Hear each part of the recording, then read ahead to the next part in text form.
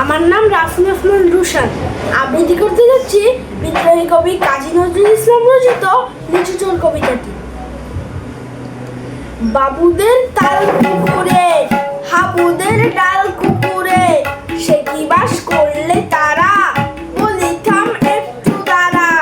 পুকুরের ওই কাছে না, লিচুর এক গাছ আছে না, হোতা না আসতে গিয়ে, ইয়া বড় কাস্তে নিয়ে, গাছে গেই চড়েছি, ছোট এক ডাল ধরেছি, ও বাবা মরাত করে পড়েছি সব